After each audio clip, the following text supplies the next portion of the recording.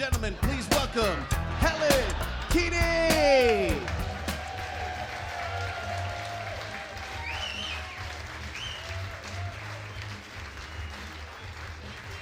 Thank you, everybody. Thank you so much.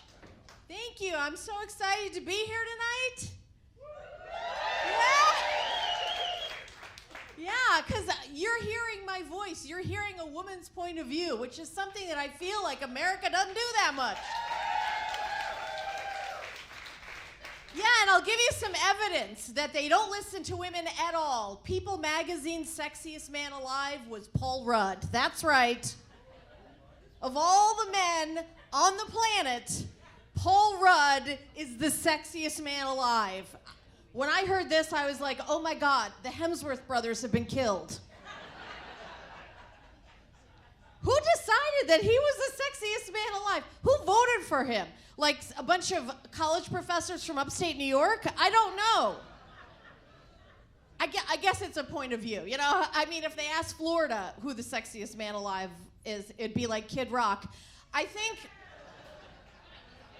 it would be, it really depends. And you know what? They don't poll women on the things that affect us, like Woman of the Year. That's a pretty big honor, right? A couple of years ago, the Woman of the Year hadn't even been a woman for a year. I'm sorry, how can you be Woman of the Year on Friday when you have a dick and balls on Tuesday?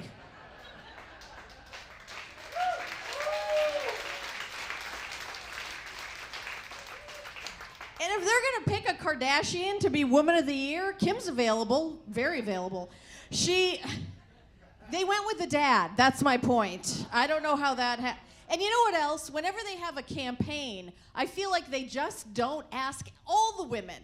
Like the Me Too campaign, which was, listen, sexual harassment in the workplace is bad. I'm not arguing that. I'm just saying of all the hashtags they decided to pick, the millennials got together and decided on Pound Me Too.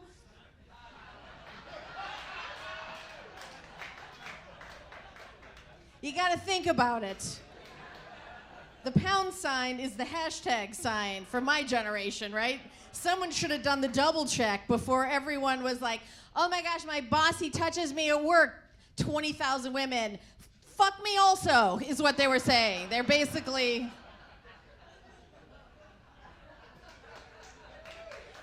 Pound me too!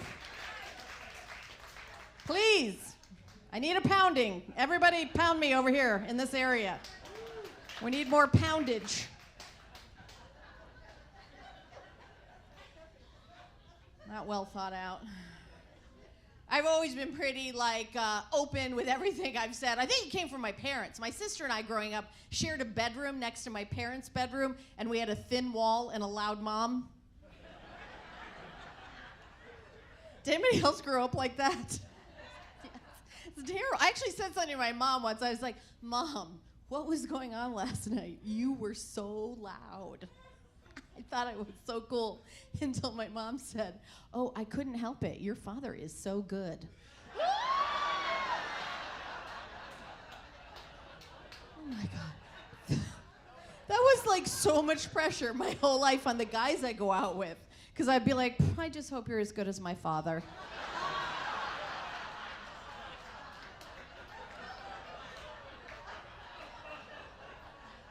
That man's a machine. Don't believe me, ask my sister.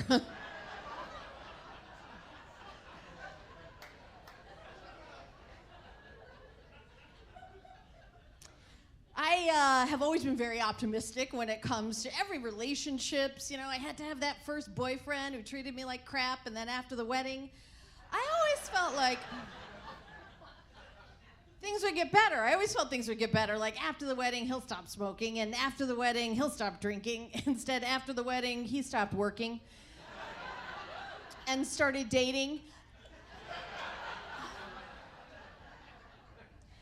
This is kind of embarrassing, not really something I'm super proud of, but I've been married 3 times. 3 times. 4 times the charm? Have you been married 4 times?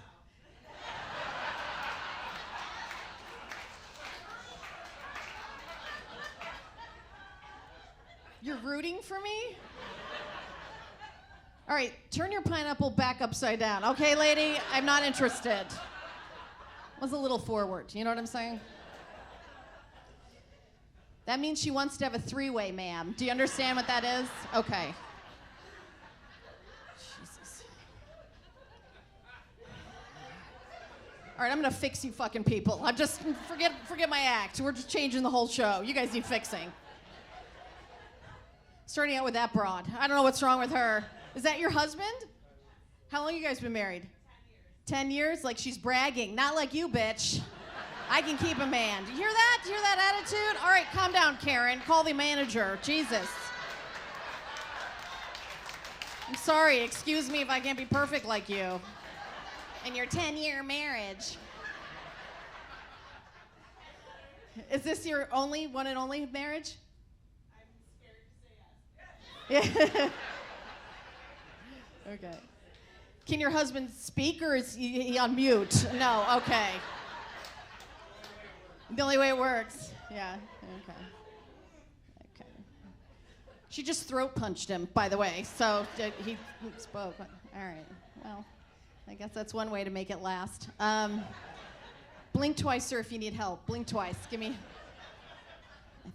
I think you need to watch a show called Dateline. I think you need to be careful about the soup she makes you. That's all I'm saying. Watch out for the soup. It's always in the soup, people.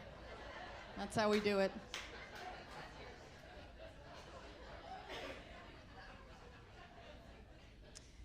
That odd taste in the soup, sir, that's your future. Can I just say that? All right. Yeah, I know it's embarrassing that my marriage, all right, my first marriage only lasted 4 months. That's not like a marriage. It was more like a really expensive date my dad paid for. I don't even count that one. It's like a mulligan, right? A swing and a miss. It's so clap if you've been married more than once. There's got to be, yes, everybody, except, what, go.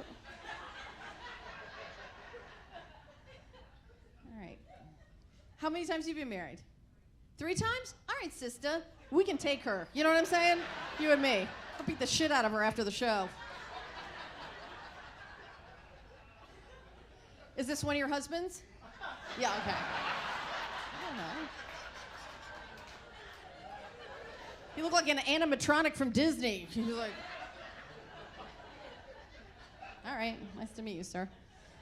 Glad she oiled you up and took you out tonight. All right. Oh my God. How long did your first marriage last? 10 years each? So every 10 years you killed them?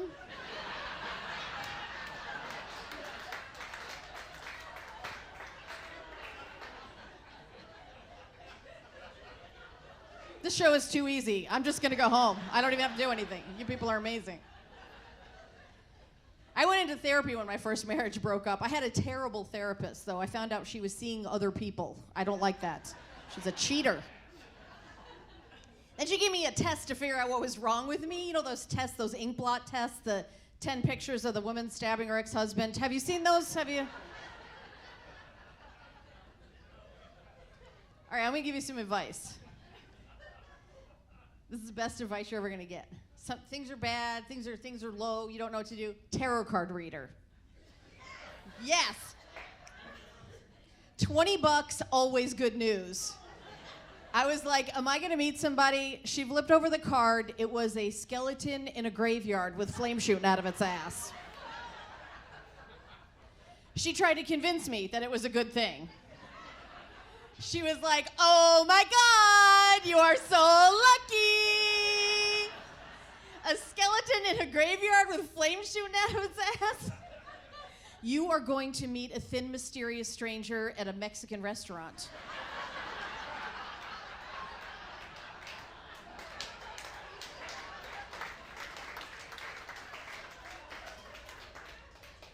I'm sorry, what?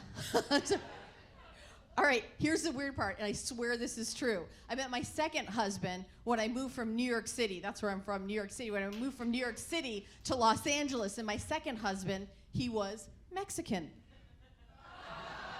Right? How weird is that? Okay, it's not weird. I met him in Los Angeles because that's what they have in stock. Have you been there? That's basically all they have. It's like going to a store with one item. I'm going to pick it, you know? Plus, brown looks good on me. I can take you. Come on, let's go, let's go. You and me, in the alley, right now. I didn't know anything about the Mexican culture because I'm from New York City. In New York City, we don't have a lot of Mexicans or lawns. There's no...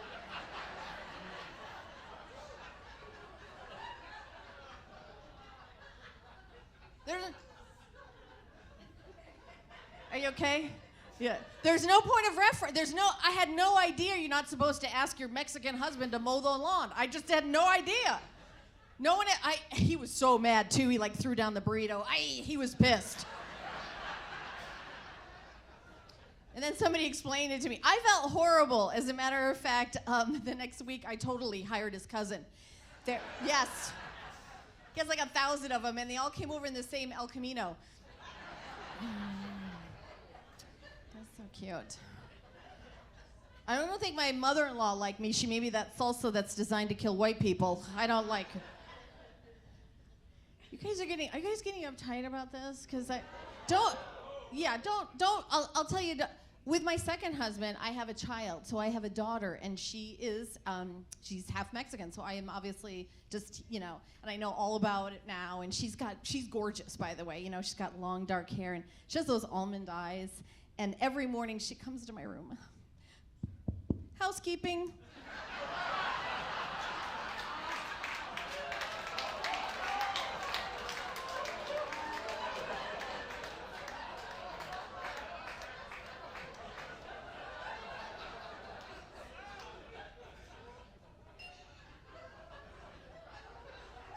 That's right, I'm a mom.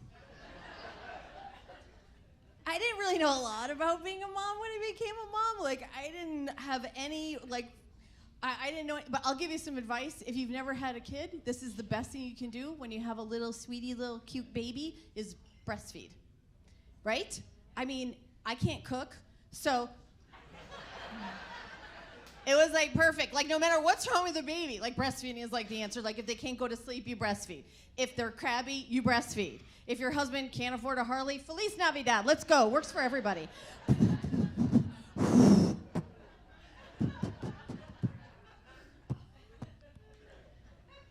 Hey, 10-year marriage lady, do you have kids?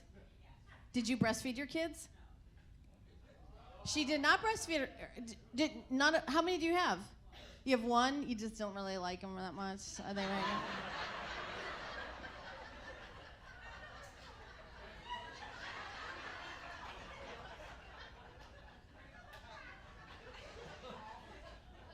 Is he in the car right now? Is that what's happening? Okay. Just kidding. And you have such huge tits, too. I can't believe you didn't breastfeed. They're pretty. You guys are very uptight. We need to change that because I'm right about here. I'm going over there. So you have a boy or a girl? Oh, how old is he? 25.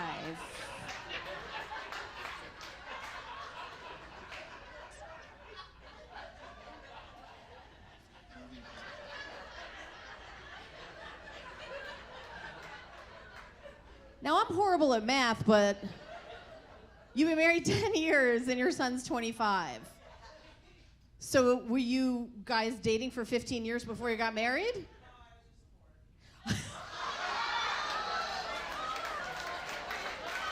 She said she was just a whore. Okay, all right. I didn't tell her that. She's not. She's very pretty. She's very pretty. I'd fuck her. She's very pretty. Do you understand, ma'am? Okay. I'm very pretty. So, you guys are fucking exhausting. Can I just say that? I've been here for 5 minutes. I hope you're having fun on your special, ma'am. I hope you're enjoying your comedy special tonight. I love her. Do you remember your kid's first day of school? That was a lie. She was like, yeah. I I remember my daughter's first day of school. Do you guys clap if you remember your kid's first day of school? Yes! That's like a huge moment. I remember like it was yesterday. I remember how I did her hair, like little French braids. I remember watching her go into the school. And by the way, if you don't have kids, they don't let you go with your kids on the first day of school. It's like traumatizing. You're separated from them. I just remember watching her go in all by herself thinking, I just couldn't believe it was free.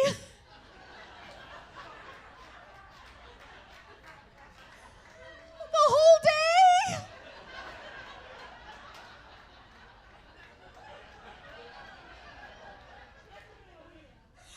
She goes in there and you keep her, right?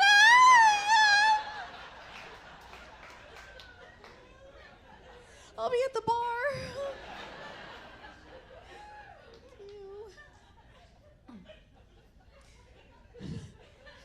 I have a girl, and as girls get older, they go through little phases. Like when they're 13 and they travel in packs and dress real sexy for no reason. They look like a bunch of prostitutes. I'm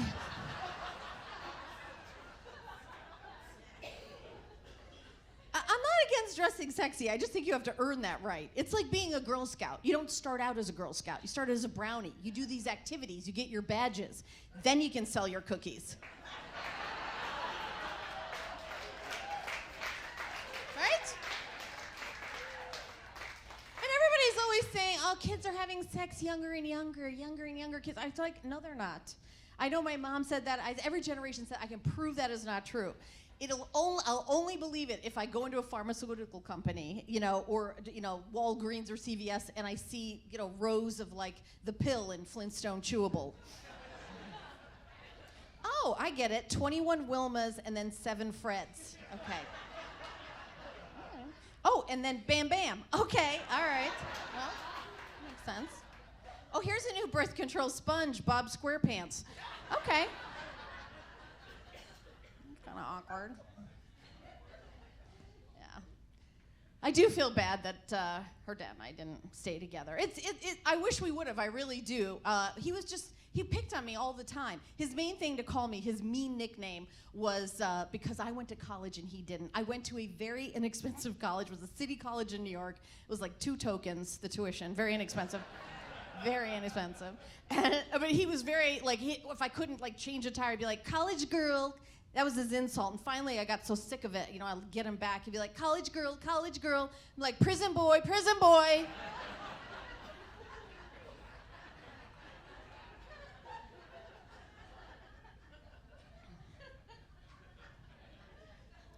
He told me on our first date that he had been to prison.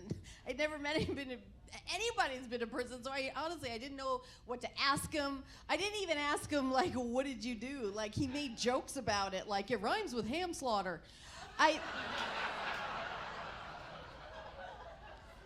was only thinking, he can't cheat on me because he can't leave the house without the ankle bracelet going off. And I also thought there was something incredibly sexy. Been in prison all those years. He's gonna store it up in his hump like a camel. Have timed release sex, That was not the case. Have you guys ever been with somebody who's been to prison? Was it just me?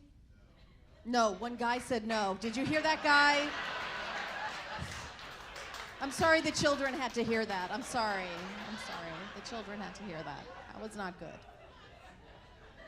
Good for you. He's a clincher.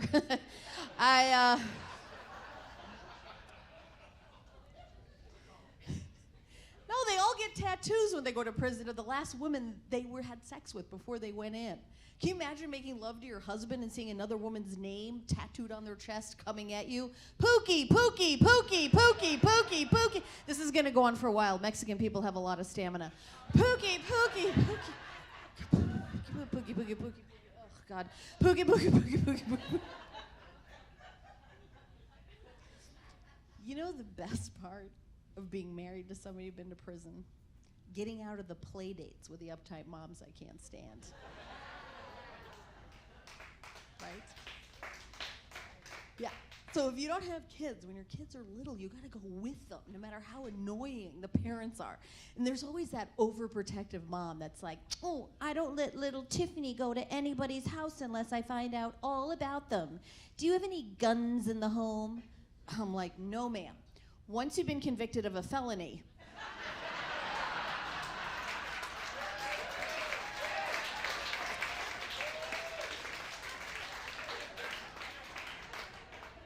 you are no longer allowed to possess a firearm. Bye-bye. I don't want to make it sound like there was like no fun at all. I guess he had his moments, I don't know. He's always like, honey, why don't we have a menage a trois? Why don't you bring home a friend? Guys love that. Finally, I was like, okay, so I brought home my friend Steve.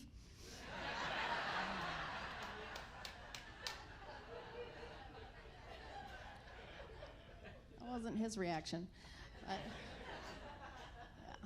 Yeah. It was really, I'm telling you, it was hard being single again, you know, and I think there was a lot of stress involved. I had so much stress, I actually went to the doctor. I didn't even know what was wrong. And you know when you go to the doctor and you don't know what's wrong, they just give you like every test in the book. He wanted to give me a colonoscopy. Did you guys ever heard of that? I was like, no, I don't think I want to do that. But you know what I have seen is there's a commercial on TV where there's this little cartoon and he's around a fire and he's like, hi, my name's Colorguard. And I'm like, so cute. And I like s'mores and hi, look at me, hi. It's going to be fun. Come here. So I said to my doctor, that sounds so extreme. Can't I just I saw that commercial, can I do the like Cologuard thing? And my doctor was like, sure, you have no like pre-existing conditions. That's like way minor. Well, I'll just write your prescription, whatever. So I don't know if you guys know what that test actually is. They send a box to your house. You take the box, you put the box down, you open up the box, and you shit in it.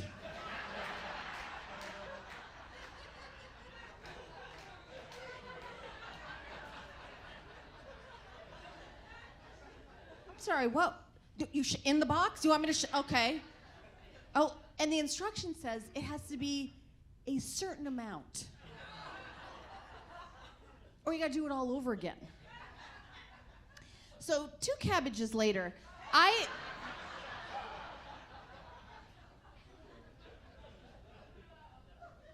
mean, honestly, it's like kitty litter. You just crawl inside it and then takes a little scooper.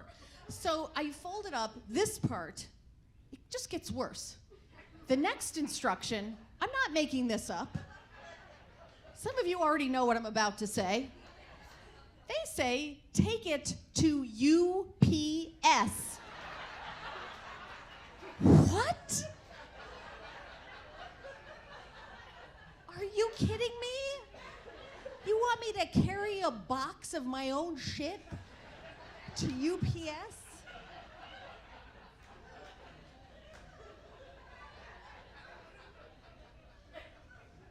I hope I had to wear disguise. This is terrible. But I thought, oh well, I'm not going to worry about it because I'm sure the box is a brown, cardboard with no cartoons on the outside. But guess what? Guess what's on the outside of the box? Hi, it's me, making friends in the line at UPS. What are you guys doing, returning sweaters? We're full of poop. Hi!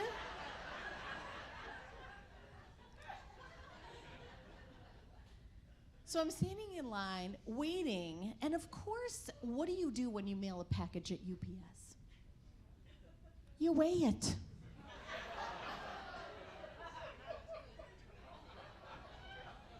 I'm not making this up. That's what you do when you take a package to UPS. I put it there. The guy looks at me, extra postage. Now,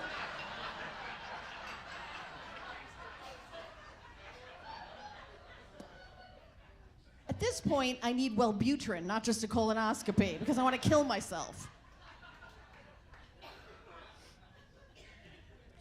So he takes my little box of Amber Heard, and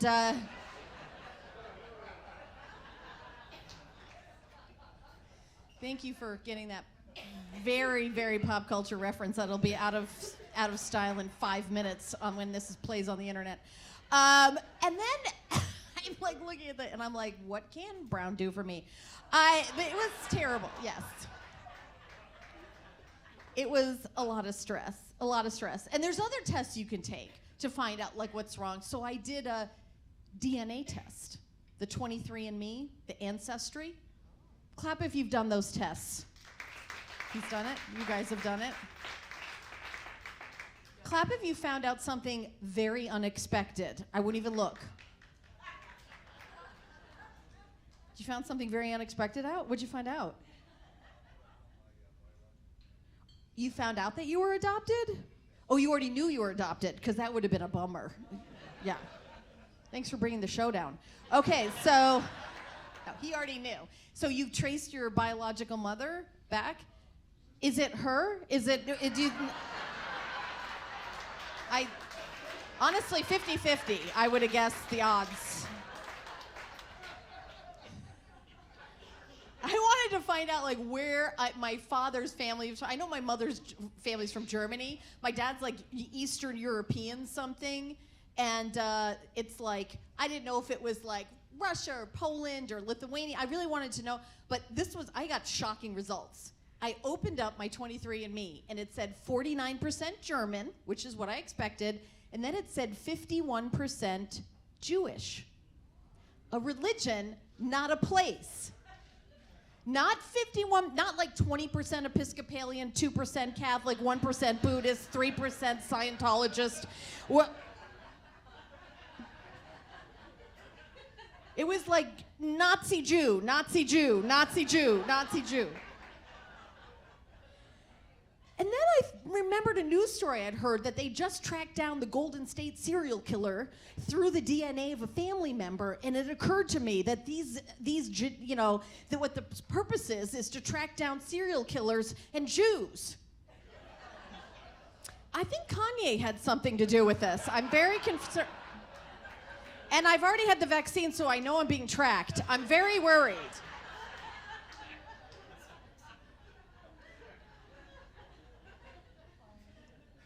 Kanye played music, and okay.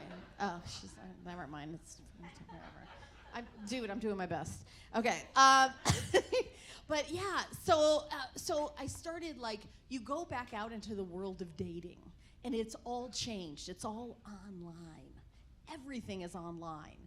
It was definitely stressful, but I'm going to give you some tips.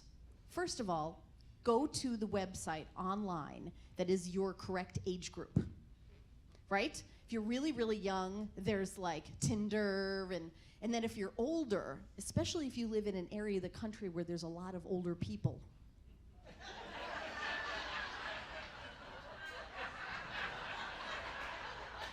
I'm just saying. Because there's certain websites you don't want, there's like Our Time, but then there's one that's like beyond that, putyourashesinmyurn.com. Have you seen that one?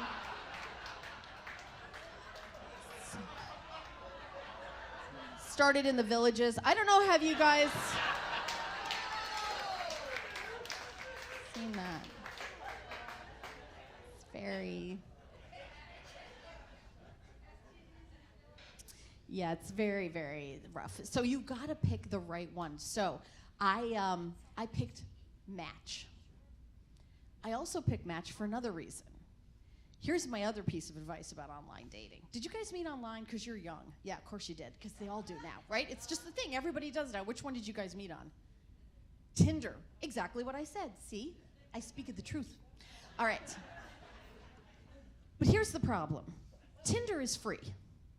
So you know that either one of you doesn't even care to put $3 down to meet the person that they want to spend the rest of their life with. You guys might have gotten lucky. I'm just saying, get your hands off her right now, you filthy son of a bitch. No, I'm just kidding. That's my daughter. No, it isn't. I'm kidding. That'd be funny, though. No. Yeah, but that's, obviously the rule is everything. Sir, what's your name? Little one? Zach? Aw, you're adorable. Look at you, wore sneakers and everything to come out like a big boy.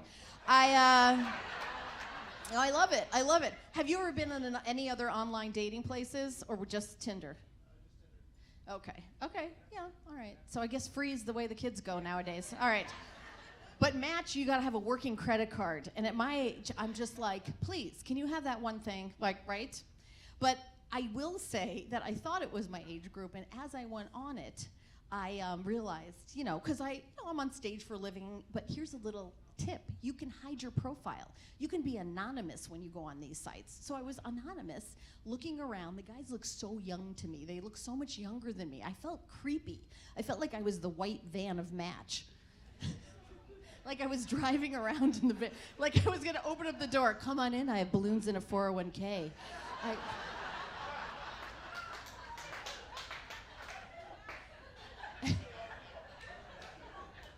I felt so uncomfortable. It was like so incredibly uncomfortable. But I did, that is how I met the husband that I'm married to now, numero tres, as I call him. And wait for it, he's 12 years younger than me. 12 years younger than me. Not like I'd go to prison, like this kid, but but he perked up like he had a shot. No. No, 12 years old. And it's like, it's so weird dating somebody who's so much younger than you, because all these things come up that you haven't thought about, right? Clap if you're married, a woman. Clap if you're a woman married to somebody younger than you, or dated somebody younger than you. Have you? How much younger? 7 years. Okay. Was that recently? Okay. How did it go? It was good. Oh my God. I'm going to tell you how she said this. It was good. So good. Really good. Was fucking amazing.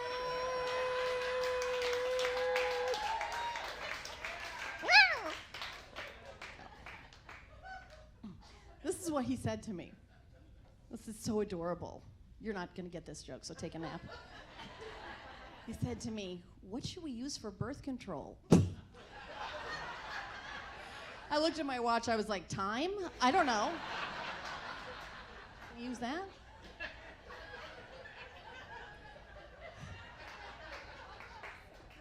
don't even know what you're talking about, pumpkin. Here. I was like, give me your hand, Frodo Baggins. I'm going to take you to a magical world. Let's go to Mordor. In this story, I'm a super hot Gandalf the Grey. Come on. It's like the best adventure of your life with no stress. So amazing. I'm really talking this poor kid into it. I don't know why. I didn't mean to. But anyway, it's so amazing, and we're married. He's so great. He's so supportive. He gets so excited about everything. Like, he just got a new boat. You know how guys are. God, he just, he ran home to blow it up. It was so cute. Yeah, he did. He just ran. It was so cute. It was so cute. In conclusion, I just want to say that first of all, thank you guys for supporting live comedy and coming out and being a part of this. We're all very grateful, so thank you so much. I really appreciate it. We've got, this is such an exciting thing to come out live. And when you go home, just, really, really don't drink and drive unless, you have a GPS. I really feel strongly about that message. I don't mean to get all preachy, but that's like my thing, I love how technology has changed relationships. I'm old enough to remember what it was like when the woman would always sit in the passenger side and we had some paper map thrown at us like an accordion that we would have to, right? Do you guys remember that map? And I would be like, I don't know, the veins go everywhere. And just because I'm sitting here doesn't mean I'm Magellan. Who decided that? I have the worst sense of direction and I'm all of a sudden the navigator? No. And then, you fight, go turn here, I told you, we're lost. All that disappeared. These kids today, they never even heard of that. Because there's technology in all the cars and your phone that tells you where to go and and I thought, wouldn't it be amazing if technology went to the next step, the next level, where it would tell you where to go, men, where to go, when they...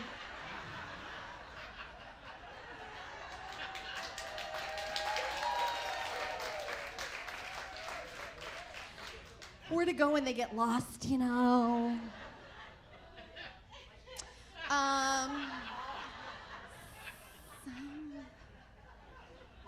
Something super supportive, not judgy, like, you know, and have like a sexy voice or something like, go 3 centimeters south.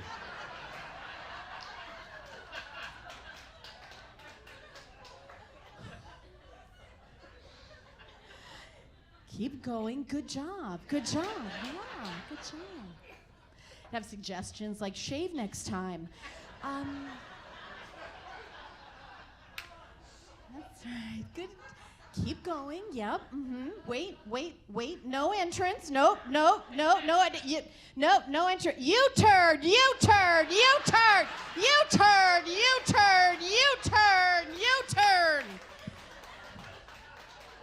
Recalculating. Thank you very much. That's my show. You guys were awesome. Helen Keaney, ladies and gentlemen.